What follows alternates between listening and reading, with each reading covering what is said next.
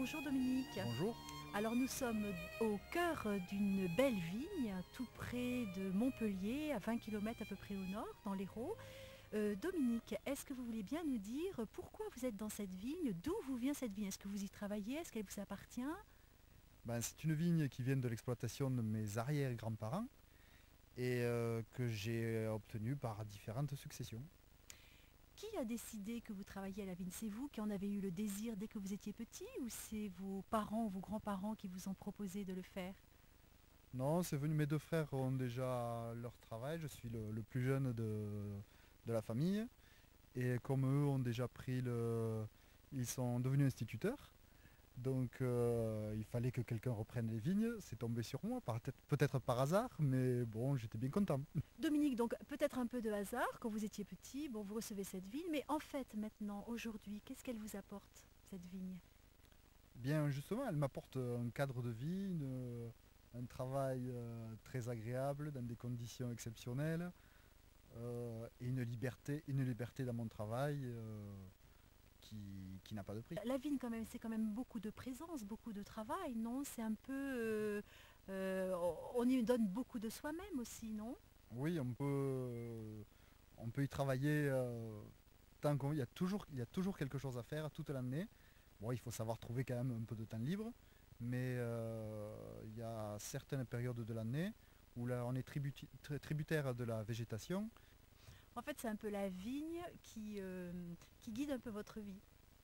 Un peu ça, oui. Je suis oui, un peu au service de la végétation et de la vigne. Et, mais bon, il y a quand même certaines périodes où elle me le rend bien quand même, où elle me laisse tranquille. Dominique, vous disiez que le travail était un petit peu variable en fonction du temps aussi, que votre vigne arrivait quand même à vous laisser un peu de temps. Mais par rapport aux saisons, par exemple, quelle est la saison la plus prégnante? Là, nous faisons le tournage en hiver, donc la vigne, elle est plutôt au repos, là, en ce moment? Oui, il est en plein repos végétatif, mais c'est justement la période où on pratique toute la taille de la vigne qui va être déterminante sur la quantité de récolte et la qualité de la récolte. Donc cette période part de la Toussaint, à peu près entre la Toussaint et le 15 novembre, pour se terminer pas loin de Pâques, où la végétation à ce moment-là commence à redémarrer, où les vignes bougent, on voit, c'est le moment des pleurs, où la vigne rentre en sève.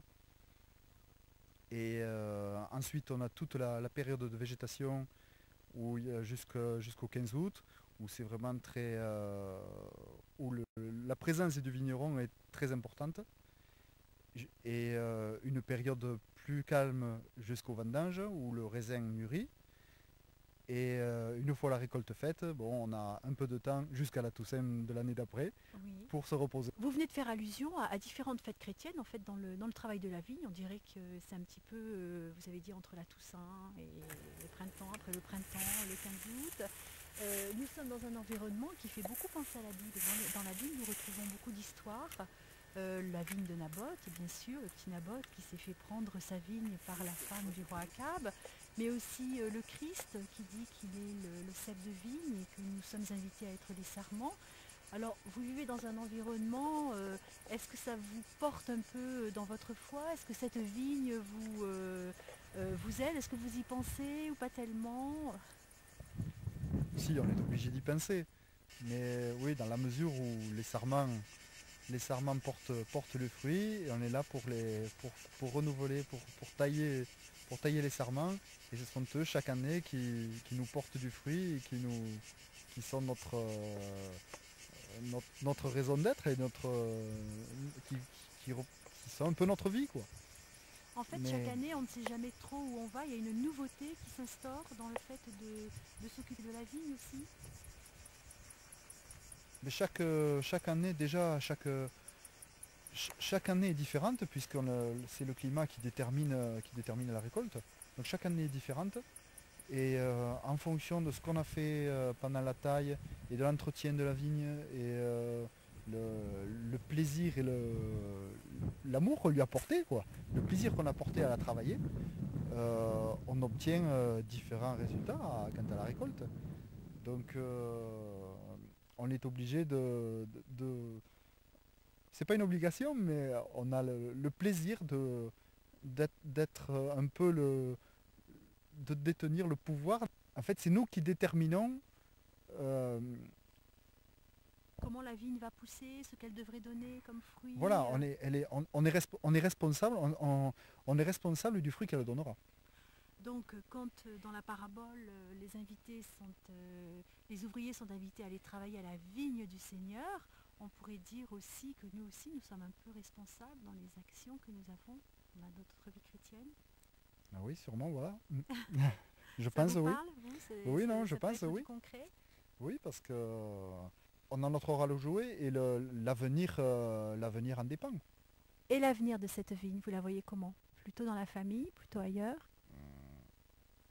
Ouais, non, je sais pas. Ça serait important en tous les cas pour Oui. vous qu'elle puisse rester Oui, bien sûr. dans le cadre de la famille. Oui, bien sûr.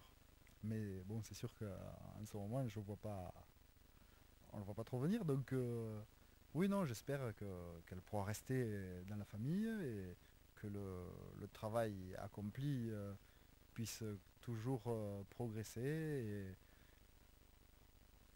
qu'on puisse conserver un patrimoine familial. Alors aujourd'hui, si on vous disait, bon, on vous propose une super situation à Paris et on vous rachète votre vigne un pesant d'or, que diriez-vous? Non, j'ai trop fait de travail, trop travaillé dans mes vignes pour les faire devenir, arriver dans l'état où elles sont, pour, pour les laisser aller travailler dans un bureau ou à l'intérieur ou dans une ville. Je suis trop bien là. Un grand merci en tous les cas de nous avoir partagé tout ça.